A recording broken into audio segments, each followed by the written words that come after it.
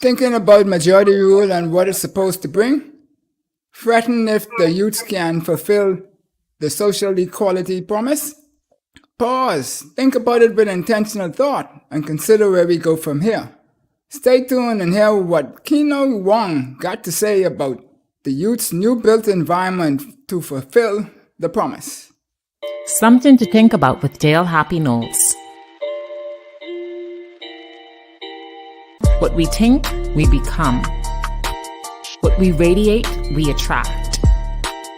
What we imagine, we surely can achieve. Let's change the narrative 242. Welcome to Something to Think About with Dale Happy Knowles. Join our co-sponsors, Dom Dev Enterprises and Page Investments, and our friends at Something to Think About in this discussion here tonight. It's going to be live, informative, and you would want to tap into what we got to say and give us your contributions. But before we start, we want to introduce the guest today, which is Mr. Keno Wong, and he is a degreed arts and communications master, I call him. You know, those people who are good with words, you know, they're really, really, really, really good. They're smooth operators. He's a husband and a father, so don't get me in the wrong direction now. This is a very family-oriented man. Businessman, mentor, community leader. He was the Father of the Year in 2021, an outstanding leader of the Fox Hill community. So, you know, we're talking some serious things here. Welcome, Keno. How you doing? I'm doing well, Dale. I'm happy to be here with you on this something to think about. So I'm doing good. Yeah. And Happy New Year to you and to all those who may be tuning in. Yes, Happy New Year to everybody.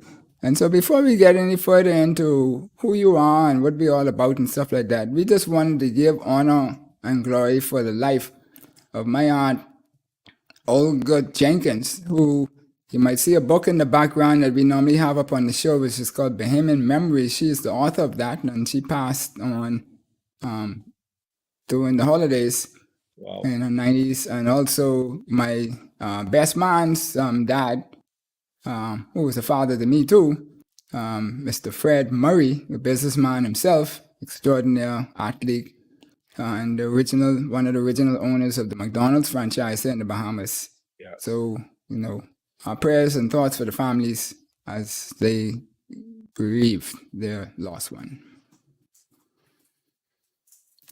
Amen. So, you know, you also have here that you are involved in this neighborhood watch groups. You help teens and the like who are in prison when they get out to help them get, I guess, reestablished. And you have a slew of boards that you are on. Tell us a little bit about your background there. Well, you know, the Bahamas National Neighborhood Watch Council, which is a part of the 2040 vision of the Bahamas that was sanctioned in the Christie administration, signed on by the then opposition leaders, Granville McCartney and Dr. Minnis, who eventually became prime minister. And in 2018, the then Assistant Commissioner of Police, Stephen Dean, reached out to me to ask me to get involved with the National Neighborhood Watch Council. At first, I was reluctant, didn't want to be bothered. My hands was already full, and they came back at it again. And I said, you know what? It seems to be something that I can get involved with and to make a contribution for my community that I live in. And once I spoke to my community, and they said, hey, this is something that they don't mind us getting involved with, I established myself in the National Neighborhood Watch Program. It's been a good roller coaster ride so far. It's had some ups and downs. And every organization, when it's new, you have to go through those turmoils. but at the end of the day, there's always a happy ending. And Mm-hmm. so I've served as one of the co-chairs, and I've served as the first national chairman, and I continue to serve as national chairman today. The National Neighborhood Watch Program has over 160 neighborhood watch groups throughout the country, primarily here in New Providence, Grand Bahama, Eleuthera, Abaco, and Exuma. And if it wasn't for COVID, Dale, we would have had other More. outlets. Okay. Yeah, and it's not just about crime. The program is designed to know who are the people in your community. Do Mm-hmm. you really know your neighbors? Something to think about, right? Mm-hmm. How do you really know your neighbors? Or do you just say good morning, good evening, and that's it? And If you so the say that. program is Mm-hmm. basically designed to bring back the olden days where you supposed to know Mama Sue across the road, or you Mm-hmm. supposed to know Mr. Johnson who lives down the street, who does woodwork or carpentry. You're supposed to know these people in your community. All Mm-hmm. right. And so we kind of stride on that motion of knowing who are the people in your community. Mm-hmm. And so I truly enjoy what I do. I mean, I can't say it any better that I love to see communities come together and to enjoy each other and to know each other. It's always a good feeling when I walk with community leaders in their communities and to hear the residents say, hi, John, how are you? Mm-hmm. Who are the people that are with you today? That tells me that John is actually doing something in his community. Right. So Right. the people Mm-hmm. know him and he knows them. Right. And so we are our greatest partners are the Royal Bahamas Police Force. They are the key component of the program as well. We have our another partner is Crime Stoppers, who provide all of our community signs for us throughout the country free of charge. And so we salute them. And so, I mean, hey, I could talk about neighborhood all day, Yeah. but of course, that's just a We know. logistic of it.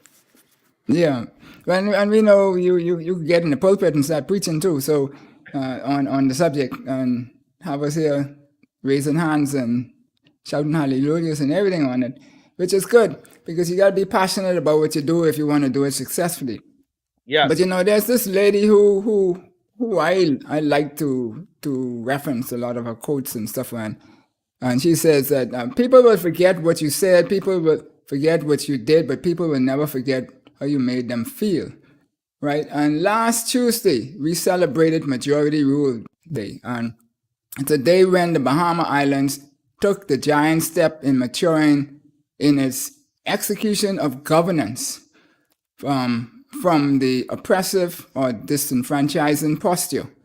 And where we know for governance, we're supposed to be dealing with political, economic, and social. And so many believe that majority rule was about the outcome, which yielded that the ethnic majority, blacks in particular, in the Bahamas, occupy the majority seats in parliament. But it really is about the input of those doing the electing, comprising of the majority of society, but also that they have equal and identical voting rights. The weight of their vote were all the same because back before 62, and some women couldn't vote. Then there were men who could only vote with if they had property. Some black, and then you also had some had multiple votes because they had property, and then businesses and the like. And so we developed the concept of one man, one vote, and make it all normal. And so no more denial of the gender as we talk about and all those kind of stuff, but the bullyism sort of went away because the votes was also open at one point in time in the Bahamas where everybody could see how you voted. And so there was a lot of influence, let me put it that way, influence on people to do things that wasn't scrupulous.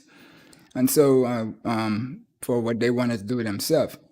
So yes, we have this ethnic component that is great from it, and milestone that was accomplished, but that was to me was subordinate to to the main thing, which was to be equal. Because even if the then government, the UBP, had the two who sided, Sir Alvin and Sir Randall had sided with the UBP, we still had majority rule.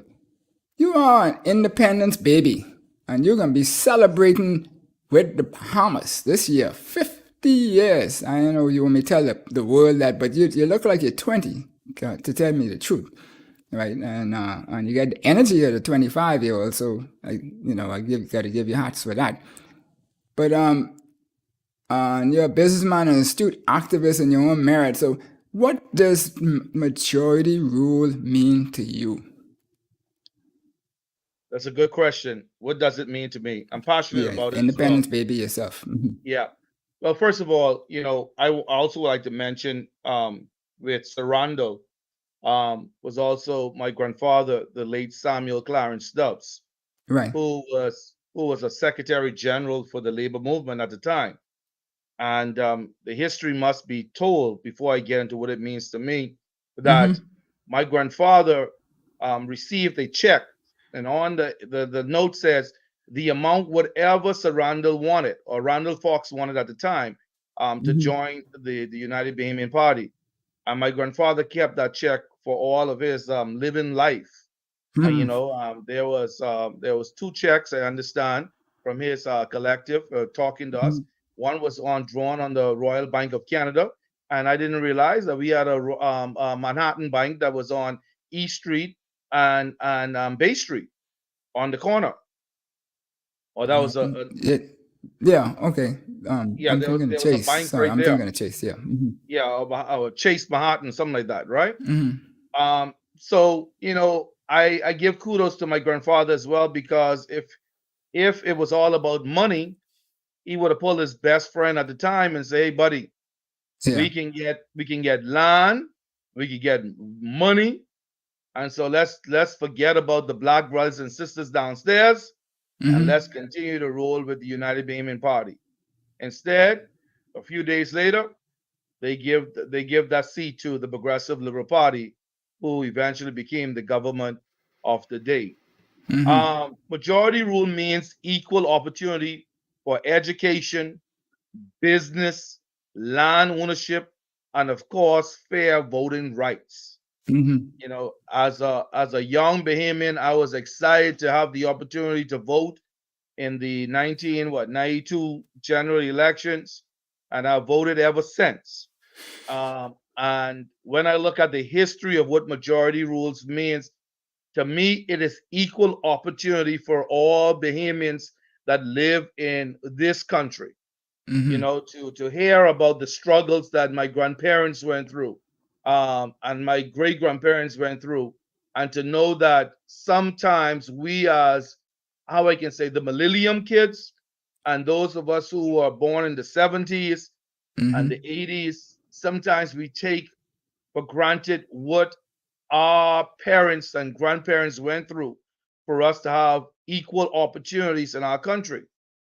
So majority rule for me, when I look at it, is equal opportunities for our children to attend school free of charge, for our Bahamians to apply for businesses, that the type of business that they would like to operate, land ownership, even though the Property Act was screwed up some years ago, and I believe that if he had the willpower to pull it back, he would have done that, knowing what he see now. And of course, like I say, fair voting rights, because back in the day, if it wasn't for Zelinden and Arthur Folkestores and A.D. Hanados to go to London and say, hey, these brothers are still having their feet on our necks, that because we don't have properties, that does mean that we cannot vote in Eleuthera or Abaco or Exuma. And of course, London overruled that to give every man an equal right to vote, whether he had property or business. And so it has a great history for our country, but a great history for me. And like I said, I love history. I love the history of the Bahamas, because it helps me teach my children how to appreciate what we have here as a nation. So majority rule means equal opportunities for me. Right. Awesome. And so, having that knowledge and knowing the history, what was it like before 67, how do you think the independence generation and the generations after would have received or reacted if they were born into a world that was like what it was like before 67 with all of That's a good the oppression? that's a good question, Dale, because I just had that conversation about a week ago. And I Wow. said, someone said, what if you were born in the slave mentality era? I said, well, that would be all you know. That And would that's be true. all Yeah. that you really know. There would have Hmm. been nothing you could have done because you were born in that era. And so your mentality would have to be in that, hey, you would have to learn from some great ones like the Martin Luther King those. You'd have Hmm. to learn from the Sir Lyndon those. You'd have to Hmm. continue to learn from the E.P. Roberts those, the A.F. Adleys. So you would Hmm. have to continue to be at their footstep to learn how to maneuver and how to gain a different direction. Right. However, I believe if we were still under British rule, perhaps many of us would have probably took our passports and go to London, or perhaps go to universities and perhaps never return back to the Bahamas. Yeah, But but I mean, there were people who did that. But I mean, I'm talking about if you were born in that era with the mentality that the independence babies we and the wouldn't have next, survived. We would we you would wouldn't be have. we would have been terrorists because we wouldn't Oh, have gee. stand for that. Mm-hmm. Knowing the knowledge that we would have had after 73, Right. we'd had the opportunity to say enough is enough. Mm. That would have been Yeah. the logistic of it. Well. Enough is enough, and I think that we have capable men and women who are Bahamians who are born in July 73 and beyond that, Mm-hmm. to know that hey, we would have not stand by and just allow anyone to say whatever they want to say to us as young Right. Bahamians. Right. So in the opening, I said that the government is normally about the political, the economic, and the social aspects of trying to make changes for the betterment to uplift its citizens. So majority rule came from instantly equality in the political access, but and if the economic is still to come. But social, I believe, would have been the most significant one that would have been changed the most, and so forth. And so, what do you see are some of the challenges, or what does first of all, what is the social equality that you would think would be? How would you define that social Well, equality? What does that mean for you? if we're looking at the challenges that faces our youth, Hmm. um, you know, the top three challenges that our youth faces are broken homes, subpar Hmm. education system, um, disorganized youth activities, which should be on a national level. And Hmm. so our young people faces a lot of issues. We find that broken homes where we don't have a father and mother in the home, or even if we have a father and mother in the home, they still Hmm. go through broken issues. Right. We have to be able to develop second chances for our young people, give them opportunities to know that they have a way of living. But the subpar education system must continue to develop. We have at the point where as kids are in school, they don't know how to read sometimes.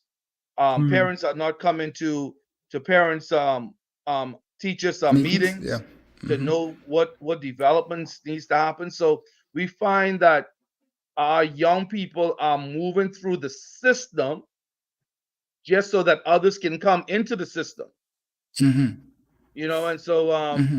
the education system and disorganized youth activities, which should be on a national level. So we have to be able, as leaders in our country, whether it's political leaders, whether it's social leaders, we must be able to not work in silos, but we must work Right. together to develop a platform that our young people will not face so much different challenges. Because at the end Mhm. of the day, I don't know about you, but I go through a lot of communities and I see poverty, Dale. Poverty Right. is real, whether Mhm. we like it or not. Poverty is real in our country. All right.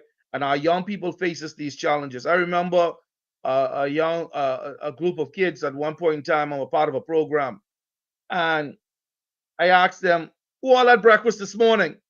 Mhm. You know what someone said? "What is breakfast?" Right. Wow. Mhm.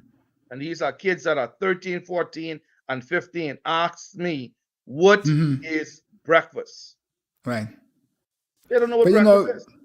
right. And that is very easy. If we measure the things, then we will see how easy that is to understand that plight that we are in economically. Because the average salary in the Bahamas, if last I heard, was somewhere around what, maybe 12, 13, 15,000. A year. That's the effective average salary, right? Because I mean, if you add the naturalized people, it'll be a little higher. The foreigners who come and become Bahamians, etc. But what I was told the other day in a think tank I'm in is that it's $54,000 a year is needed for somebody to be able to live effectively in the Bahamas. So Wow. that's more than double what the average salary is. So I mean, you could very very easily see how we could get to that. But let's stick on the social side though, because I think the social side, what you're doing is teamed right in with that, and that's why I wanted you to get your perspective as a young man. Yes, people, he is a young man. When we have people in parliament who's in their 70s and stuff, that's young man. Okay, so we have under the Pinland era, that was 25 years. Then we went to terms of 10, 5, 5, 5, and 4.5. So there's challenges that's happening. And majority rule brought in a thriving middle class as we built. And Bishop Walter Hanschel, I like this statement that he made the other day, sometime by the end of last year, where he said somebody was talking about the middle class to him, and he said that there is no more middle class. The new middle class is the working poor. And you were just speaking to that. So basically, if you are poor and you're working, that's now considered middle class because the middle class has been wiped out with all the different things we've done. So are we advancing or are we regressing socially? That's a good question. I find that we are still progressing. Mm-hmm. Um, there's a pocket throughout our country that we Okay. find where people are hurting Mm-hmm. socially, economically, physically, spiritually. Mm-hmm. However, I believe that COVID-19 really put a serious dent in the family structure life. Mm-hmm. Mm-hmm. Those of us who are we call ourselves middle class, upper class, not to the tier All right. the expense or the capital of finance. All right. But we found out that during COVID, if you were considered a middle class citizen of this country, you felt a little bit underneath because Mm-hmm. no jobs was open, no business was open, Right. hotels were closed. Then suck up your Um, pride. Mm-hmm.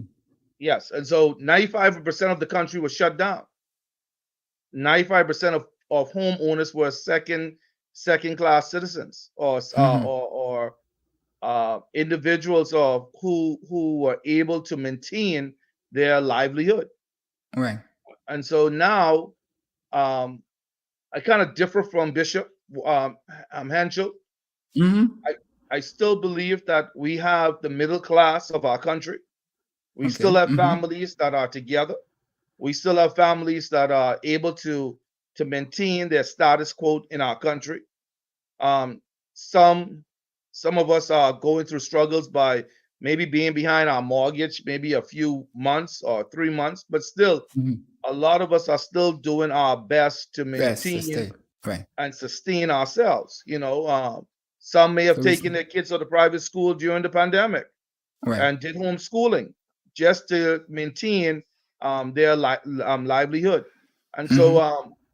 I think that in another year or two, we will see the elevation of Bahamians having more than one jobs once again in our Mm-hmm. country. I really do believe that. I foresee that. I have faith that it will happen. Yes. But Well, that is very good that we are still sitting in that position that we can do those things, and we still have the hope that we can do that, because that's where everything will happen. If we don't have the hope or within reach, then it won't happen, which is great. and you have So to, and one go on ahead. a last point on that thought of you have to be able to manage your funds. So anyone who's listening, if your wife is Mm, making 60,000, you making mm, 50,000, and you know that you were shut down for a while, you got to say to yourself, these are the bills that we have. We got to maintain it. We have to try to catch up on some stuff. Let's make it happen. And in right. reality, when you become organized and you're able to structure yourself a little bit, then you got to cut back on some things. You were used to going to beauty salon every week or twice a week to get your nails and your hair done. Well, you might have to cut it down to once a month. It might be hard, but Mm, you have to do it mm, mm, until you can see yourself rebound. yeah. Awesome stuff there. Awesome stuff there. So social equality then. How would you define that? If Social, majority rule came to bear as what it was expected, what would you expect that to be? I struggle with that deal. Mm-hmm. I'll be honest with you, I really struggle with that because social equality, we talk about what was expected from majority rule. And that what was really expected was to control the wealth. Mm-hmm. The wealth must be common and made common for all. And if you want to talk about the social equality, if there's a broader light on that, are we talking about the economics part of it? No, no, well, just generally how we interact with each other, and You know, whether we have the divides between the whites, the poor, the whites, the blacks, the rich, the poor, the this, the that. it's If I mean, granted, no, not we're not gonna be economically the same rate of weight, but but the socially, access to it. But socially, socially, we can look at mm-hmm. Junkanoo and say socially, we don't See, very seldom see our Caucasian yeah, brothers and sisters right. participating in culture events. I heard a gentleman said on the news, one of our white brothers, Bahamian brothers, said Junkanoo is a waste of time. Mm, He hates Junkanoo. mm-hmm. He wished that it will never be on Bay Street again. All right, he hates Yeah. it. Um, I don't want to twist it, but I'll just twist it a little bit. Socially, also, um, if you look at the political arena, they come out in droves for their political organization. Mm-hmm. You will find them in lots of drove, our white brothers and sisters. But also, we interact with our brothers and sisters, whether they're black or white, Caucasian, whatever color they are, in our local churches. They are there. Right. Right. Mm-hmm. So they are there. They participate in a lot of things in our local churches. But when it comes to on the national level, it seems as if they stay back and they stay home. Yeah. Whatever reasons for that, we don't know. But if their children are involved, and this is the key component, Mm-hmm. if your children are involved with extracurriculum activities in sporting Yep. or in spelling bee competitions, Mm-hmm. educational matters, you will find that everyone comes together. Right. You'll Right. find out that if Dorian that hit our country, you find that everyone came together because they needed each other. They needed the love. They needed the support. They needed to feel that they were wanted for one another. And so I Yeah. think I think gradually we'll get there. We'll get there. Mm-hmm. We'll get there. We'll get there. Yeah. So it seems more peer pressure than anything else, that why people still separate somewhat than what it was, because we do it when we're ready to do it, but we don't do it all of the time. So I guess that's Exactly. the equality would be is when we can do it all at a time. We'll be all in the same equilibrium Yeah, we'll all be together, state, and it right? will continue to make us a beautiful country. So, what would be the new built environment that the young youth would like to see coming out of this? Because we had majority rule, now we need to go into majority rule 2.0. That's my take on it. And so, to refresh our viewers, the new built environment is the political, economic, and social environment of our society formulated through intentional thought and action, designed to create the greatest opportunity to build the highest quality of life for our citizens, residents, and those subscribing to and supporting the 242 and its culture, providing sustainability for generations to come. And notice we never said anything about blacks, white, this, that, the other stuff. We're talking about all people, Yes. right? And so that's what this shows viewers of the new built environment is like. What is the young people looking for in the Bahamas new built environment to be? Good question. Looking at your the new built environment, the new built environment must be greener, must be must be much more sensitive to the maintenance of our environment and be much more energy efficient and easier to maintain. Wow, powerful. So a new built environment must be a part of all that. A part of what you're saying, a part of what I'm saying, a part of what everyone else is saying. You must be able to bring everyone together to formulate what a new built environment will be. We have the Ministry of Environment. The minister is doing his best to bridge that gap and to bring people together, clean up the environment. But the new build, again, repeat it again, a new built environment must be greener, must be more sensitive to the maintenance maintenance of our environment, Right. and be much more energy efficient and Efficient. easier to maintain. Cool. That's powerful right there. We and by the way, the Senator Rodney Monk took my words. That's powerful. But we give him that for today because he got more clout than me right now. Right. But anyhow, I gotta learn how to stop saying that. But so when we look at all these different things now, and then before we take this little break, is there anything else that needs to happen for us to be able to build the community that we need to build in order to achieve what we want to achieve for majority rule? Communities must continue to know that they are the CEO of their environments. And when you talk about community, community is a widespread. You could dialogue on those that one particular word, community. However, in a world of majority rule, community togetherness is a very key component.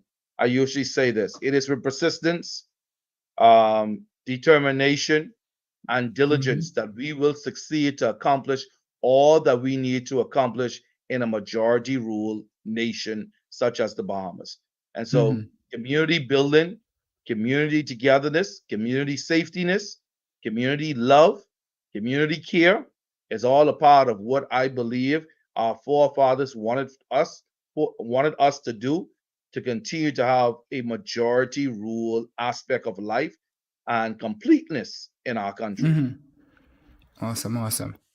Well, when we come back, we're gonna dive into more of the community portion, and particularly in the neighborhood watch activities that you're speaking to, because I feel that they are directly related Yes. in terms of both. And so these are critical things in order for us to build this environment that was envisioned when we went to majority rule, and also as the young people went forward. To me, I find those two things common between all generations, and somehow we need to just get on the same foot to get them to be able to happen.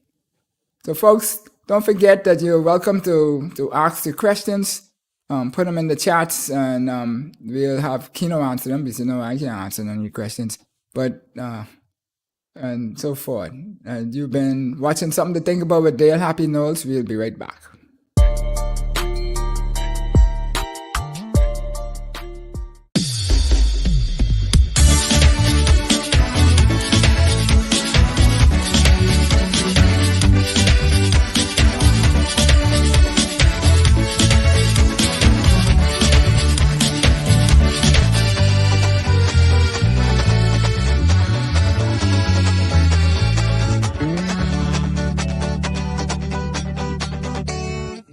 Sammy's Chicken. There's nothing like it. When you're looking for clothing, you can shop from store to store. But when you need gowns and tuxedos for weddings, proms, or any black tie event, there's only one name to remember. Buttons Bridal and Formal Wear since 1986. Enjoy gowns and tuxedos for any budget. We'll see you at Buttons Showroom in Cable Beach, Nassau, or visit buttonsformalwear.com. Nobody does formal wear like Buttons. It was the night before Christmas as Santa's elves gazed through the window. They spotted Taste the Flavor ice cream sitting there waiting for them. So they sprang into action, making their way through the house, of course causing mischief along the way, even opening the refrigerator to make an all-new flavor for all the land. Toffee Nut. From peppermint to gingerbread, from red velvet to eggnog. These and a lot more irresistible flavors are available at Taste the Flavor Ice Cream this Christmas. Taste the Flavor Ice Cream, local Bahamian homemade ice cream. Promotion ends January 2nd.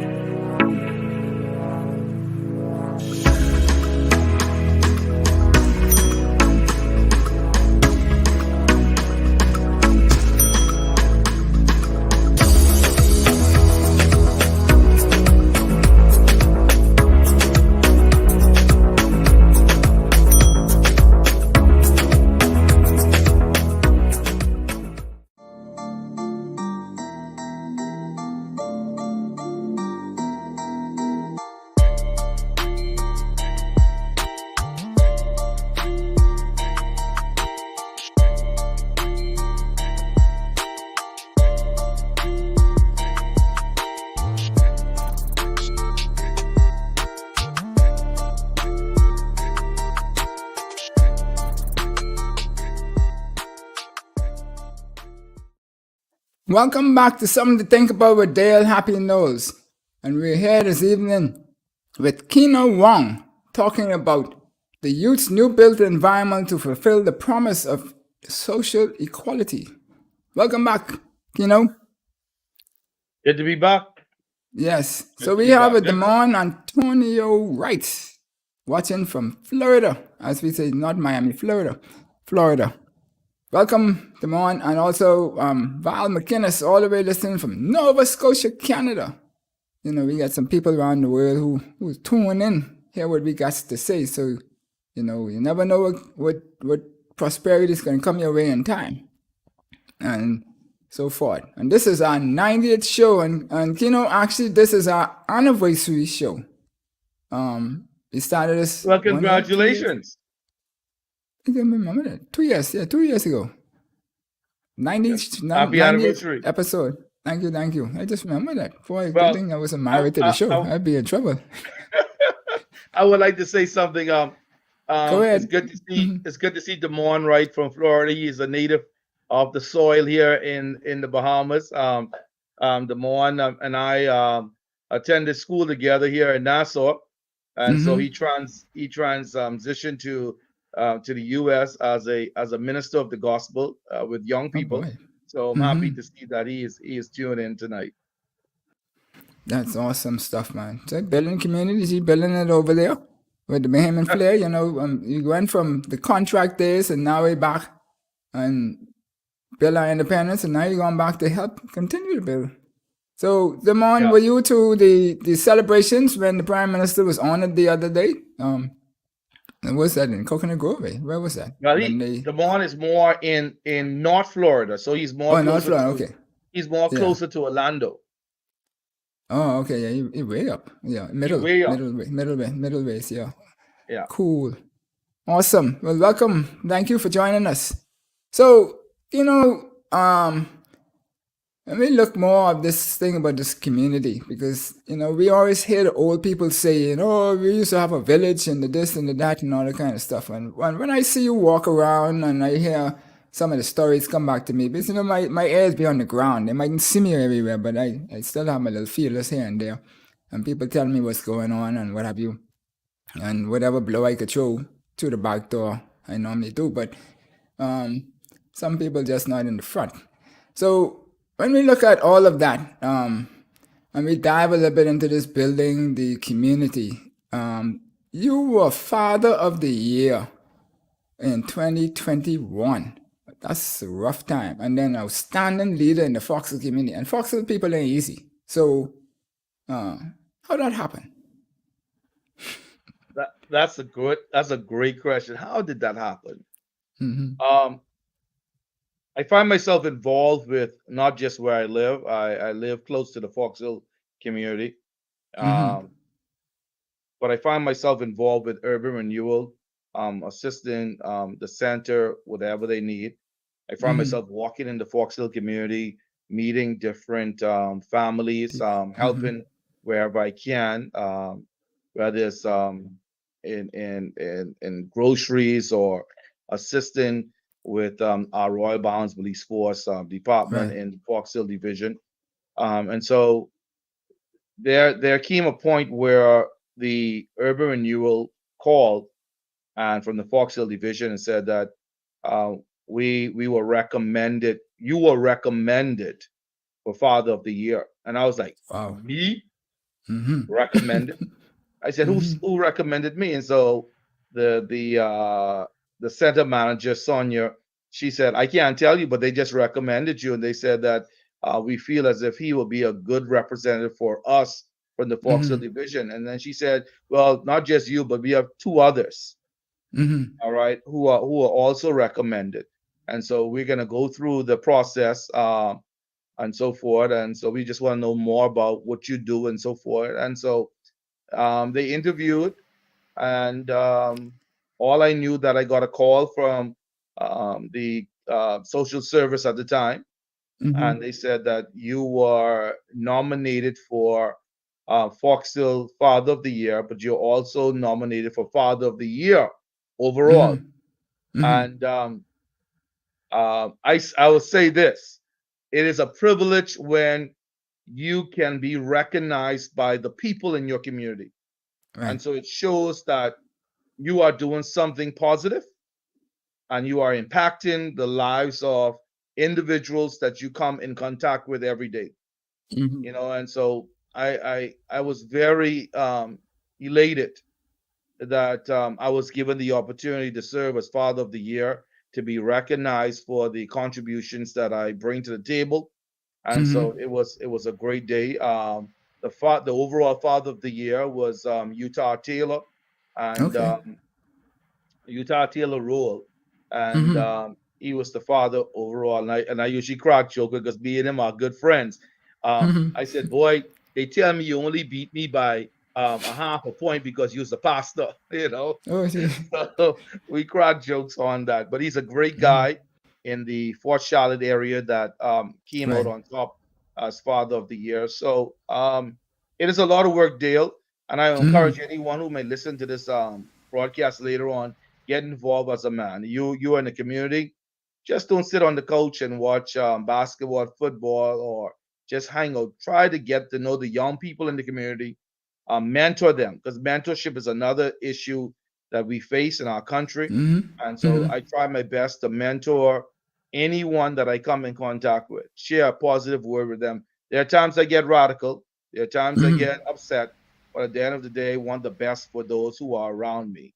And so, Right. any young man in the Foxville area, I try to just say, "Hey, hello, how you doing? Continue to do well, whatever you're doing. Stay focused, remain Mm-hmm. focused. If you need some assistance, the Foxville Division Police Station is there under Chief Superintendent Mark Barrett and his team. You got Mm-hmm. Urban Renewal with Sonia Rule. I think Sonia Right. Anyway, Sonia she can be mad with me, but Sonia is the manager there. And then we have neighborhood watch groups in the Fox Hill community. All right. So these are ways that that impact my life, and I'm trying to impact others.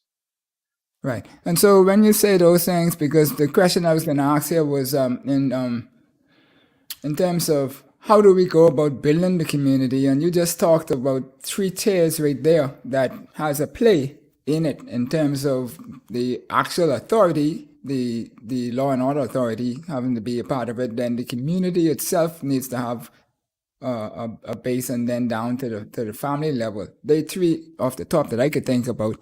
What else would go in there, and also what makes one a leader? What makes a leader?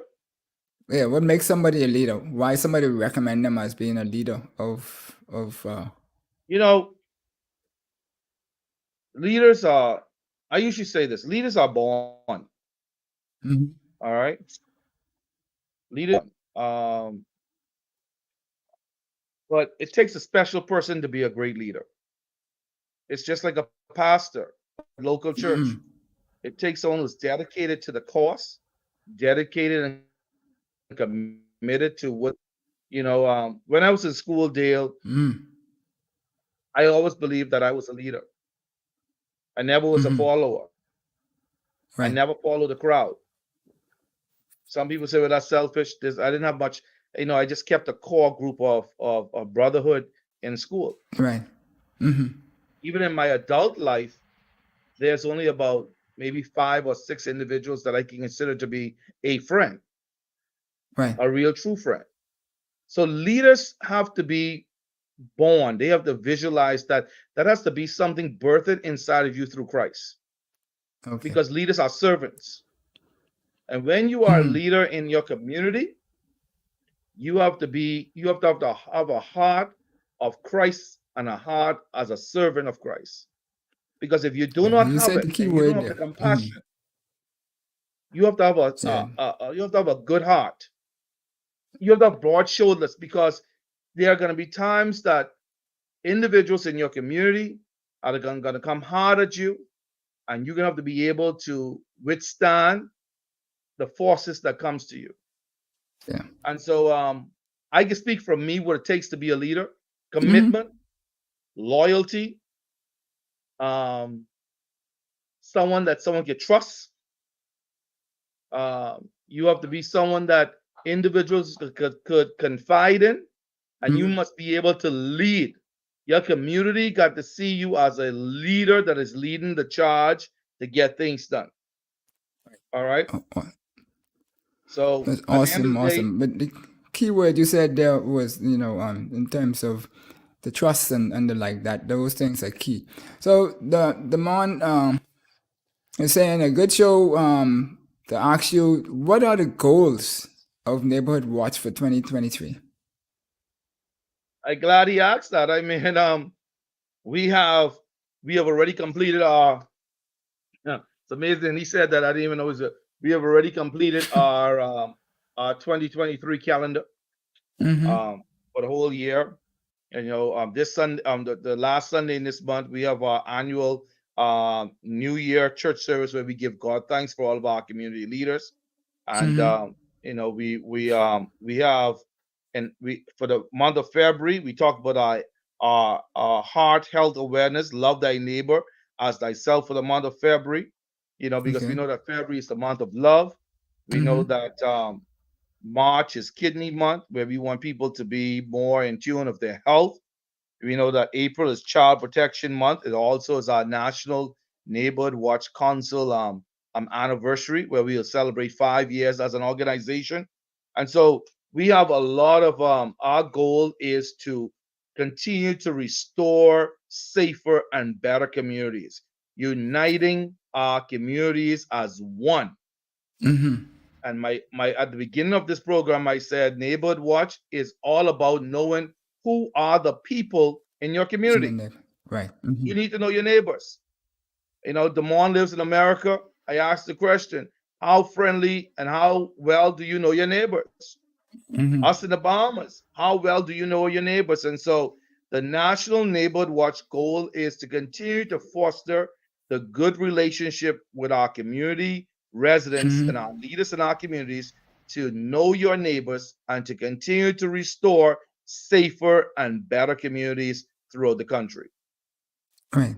And I have one more question on it would be is does the neighborhood watch program, because you say it's more than just a crime watch and the like, does it have an impact on crime in the neighborhood, and does it have an impact on students in the classroom in terms of their performance? Let me speak on that. I'm glad you asked that. We are nosy neighbors. And when I say nosy neighbors, in a good way, crime is everyone's business. Mm-hmm. But we know that the neighborhood watch programs are working, because where crime used to be high in certain communities, it is now low. Okay. My Mm-hmm. community where I live, and I wouldn't say it on the airwaves, but we were recognized. We were recognized in our community for crime free for a whole year, Wow. Mm-hmm. because the neighbors know each other. We have a Mm-hmm. situation where a neighbor will call and say, "Hey, there's someone walking through the streets in our community." Another neighbor will come outside and just observe, and then they'll put it in the WhatsApp group and say, "He pass in your house right now, Mr. Wong," and I'll go outside like I just fooling around in my van, and then the other neighbor at the end of the corner looking at him walking through. We have 4 to 5 persons have already observed him. Right. So we Right. know what Mm-hmm. color pants he's wearing. We know what color shirts he's wearing. We know what kind of shoes he's wearing. We know what his complexion is, and we estimate his height. Mm-hmm. All right. Mm-hmm. So crime is being reduced in a lot of communities. All right.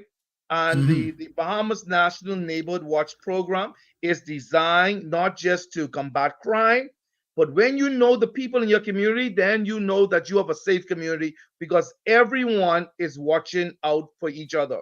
We are Right. the Mm-hmm. eyes and we are the ears for one another, but also the eyes and ears to assist the Royal Bahamas Police Force. Some people may say it's a, "Oh, you a snitch." No, I'm not a snitch.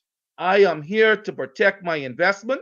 I'm here Mm-hmm. to protect my family, but I'm here to also help protect my community that I live in. And that's what the Bahamas National Neighborhood Watch program is all about, and what it's designed to do is to assist and to help eradicate crime in our communities. We may not be able to fight all, because at the end of the day, no one can tell me, you, or Dale, that a young man or a young woman is going to leave their home to go commit crime. We can't think for them. The only thing we can do is pray that God will touch their hearts, that they Mm-hmm. will not commit a crime to kill someone or destroy someone's family. And so, in order to do all of that you just highlighted, then that really brings people together from a social point of view, that they have to interact with each other for that Yeah. chain, that communication chain to be effective, and the like. And so, I think you all are well on your way to building the Majority Rule 2.0 in this era of time, through your own method of doing it. Even though it might have been started for crime, I think it's a lot of things that you're going to end up being successful in achieving. Particularly how Yes. you mentioned that some homes are basically, for lack of a better word, broken or disjointed, or the like, from the family structure point of view. So, what um, what advice would you give to people who wants to start up a neighborhood watch program? What would be the process or the And goal? as I Right. close, because I got another one, and Yeah, that's yeah, what we're yeah. dealing with right now on That's why I community. asked that question. Yeah. If you like to have your community be a part of the National Neighborhood Watch Program, there are 12 divisions here in New Providence. There are divisions in Grand Bahama, Eleuthera, Abaco, Exuma, and every other island of the Bahamas. There is a police division. If you live in the Western Division, anywhere past Adelaide Village and all that stuff, or Gambier, you are part of the Western Police Station. You can always go there and speak to the commanders of every station. So no matter what community you are in, you want to be a part of the National Neighborhood Watch Program. We have liaison officers that are attached to the various police stations, or you can call us on 502-3300. That's 502-3300 at the Ministry of National Security, and ask for the neighborhood unit department, and we'd be more than happy to come into your communities and to assist you in putting together a neighborhood watch program. Also, you can send us an email at bahamasnnwc@gmail.com. That's bahamasnnwc@gmail.com. Or you can look on Facebook for us as National Neighborhood Watch Bahamas National Neighborhood Watch. And we'd be more than happy to assist you to restore safer and better communities and in every community throughout the Bahamas. Awesome. And so before you go, anything you want to say to the general public? I asked you plenty of questions. Continue to enjoy your new year. Continue to remain positive. Continue to share love. And remember, whatever you do, do it unto God. God is your ultimate source. He is here for you. It reminds me of this.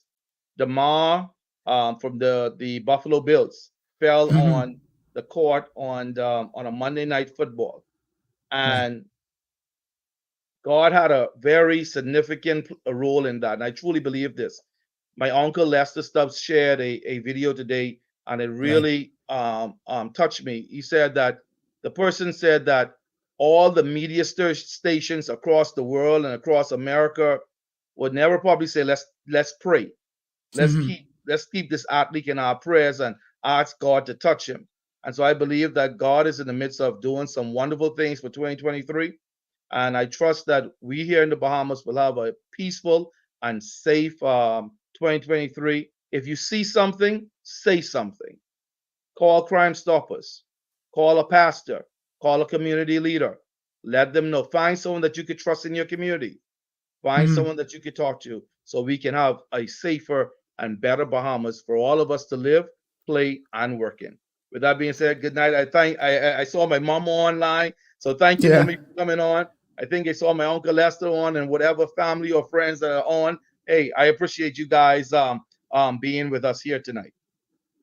Awesome. Thank you kindly, Keno. And you go ahead and continue to do your work in this part of the vineyard. And I know we'll have you back on another time when we could have a little bit more time. Bless you. So enjoy. Thank you. So folks, you're watching Something to Think About with Dale Happy Knowles, and Keno Wong is in his other capacity as chairman, has to go, and they have their meeting, the national meeting is starting now, and so that's why he had to dash off to do that. But we thank him for sharing some of his time with us, and how we can move from strength to strength and build on the principles and the aspirations of majority rule, and foster that down into our communities so that we could build back into a closer to social equality. And then after that, the next step is to make sure that economic equality or equity comes along, and then we all will have the 2 for 2 that we really, really, really, really would like to do. So by all means, don't forget to stay safe, be kind to one another, and don't forget to have fun. Share, subscribe, like, follow if you like the show and content and you want to get more information so that you won't miss anything. Enjoy!